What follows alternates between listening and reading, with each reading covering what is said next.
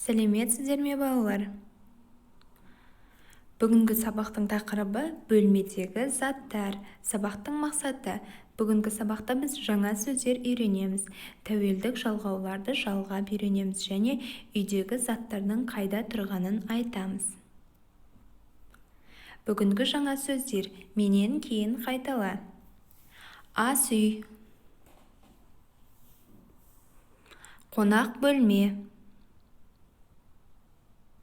қонақ бөлме, жатын бөлме, жуынатын бөлме, жуынатын бөлме,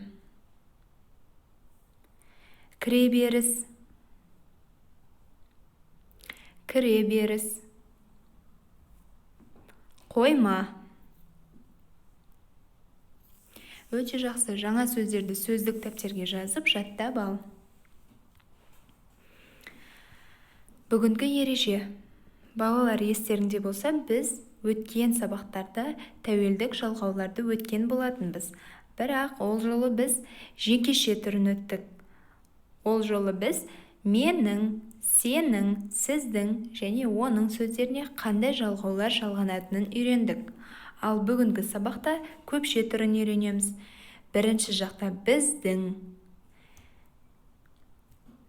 мыз, міз, ымыз, іміз жалғаулары жалғанады. Мысалы, біздің бақшаларымыз, біздің інілеріміз, кітаптарымыз. Екінші жақта сендердің, ың, ің жалғаулары жалғанады. Мысалы, сендердің бақшаларың, сендердің інілерің, кітаптарың, ауылдарың. Екінші жақтың сыпайы формасында сіздердің, ыңыз, іңіз жалғаулары жалғанады. Мысалы, сіздердің бақшаларыңыз, сіздердің інілеріңіз, сіздердің кітаптарыңыз, ауылдарыңыз. Және үшінші жақта олардың, і жалғаулары. Мысалы, олардың бақшалары, олардың інілері, олардың кітаптары, олардың ауылдары. Жақсы, мысалы, үстел. Егер бір үстел тұрса, менің үстелім деп айтамыз. Егер екі не одан көп үстел тұрса, менің үстелдерім деп айтамыз. Ал көпше түрде бір ғана үстел тұрса, біздің үстеліміз деп айтамыз. Көпше түрде. Ал екі не одан көп үстел тұрса, біздің үстелдеріміз деп айтылады. Ережемен таныс болған болсақ, тапсырмаларды орындайық. Бірінші тапсырма: сұрақтарға ауызша жауап бер. Бірінші сұрақ: сендердің үйлеріңде кереует қай бөлмеде тұр? Мысалы, жауап беріп көрейік. Біздің үйде кереует жатын бөлмеде тұр. Келесі сұрақ: сендердің үйлеріңде теледидар қай бөлмеде тұр? Сұраққа жауап берейік. Жақсы, келесі: сендердің үйлеріңде тоңазытқыш қай бөлмеде тұр? Және соңғы сұрақ: сендердің үйлеріңде айна қай бөлмеде тұр? Жақсы, өте жақсы сұрақтарға жауап берген болсақ, келесі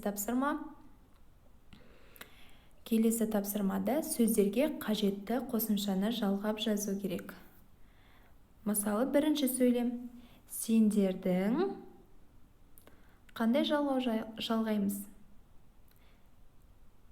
Сендердің ойыншықтарың неге ас үйде жатыр? Яғни бұл жерде ойыншықтарың деген жалғау жалғаймыз. Келесі тапсырмаларды өзің орында, дәптерге жаз. Және соңғы тапсырма: суретті сөзге айналдыр және қосымшаны дұрыс жалға. Бірінші сөйлемде бірінші сурет, біз нені көріп тұрмыз? Бірінші біздің көріп тұрған суретіміз ол орындық, орындықтар. Яғни бұл жерде бірінші сөйлем: менің орындықтарым кіреберісте тұр. Қазір ас үйге апарамын. Суретті қандай сөзге айналдырдық? Орындықтарым. Өте жақсы. Сонымен, балалар, бүгінгі сабақты қорытындылайық. Біз бүгін жаңа сөздер өттік. Бөлмедегі заттармен бөлмелер туралы таныстық. Бөлмелер қазақша қалай айтылатынын білдік, және тәуелдік жалғауларды сөздерге жалғап үйрендік. Бүгінгі сабақ аяқталды, балалар. Сау болыңыздар.